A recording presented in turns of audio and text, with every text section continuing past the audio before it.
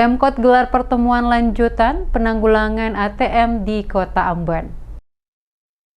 Memastikan semua pihak dapat terlibat langsung dalam melakukan berbagai langkah antisipasi, serta pencegahan tingkat penyebaran HIV/AIDS, tuberkulosis, dan malaria atau ATM, pemerintah Kota Ambon terus melakukan pertemuan dan kolaborasi bersama seluruh kemitraan. Sekretaris Kota Ambon Agus Ririmase saat hadir langsung membuka kegiatan pertemuan bersama kemitraan dan kolaborasi penanggulangan AIDS, tuberkulosis, malaria pada Jumat 23 Juni kembali menegaskan komitmen pemerintah Kota Ambon dalam upaya eliminasi HIV/AIDS, TBC, dan malaria pada tahun 2030.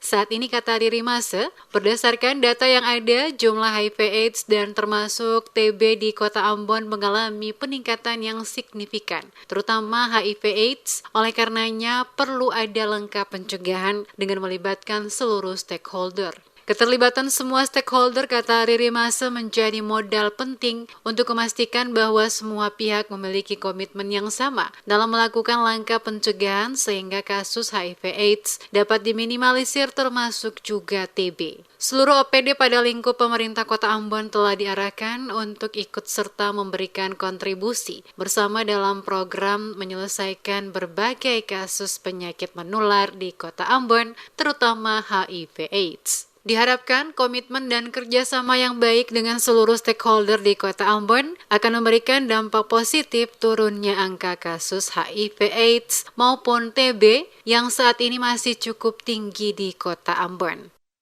Pertemuan kolaborasi kemitraan ya dalam rangka penanggulangan ATM itu ya. Jadi TBC ya, AIDS, HIV itu kita lakukan pertemuan supaya ini upaya pencegahan ya, karena kita tahu bersama bahwa di kota ini sudah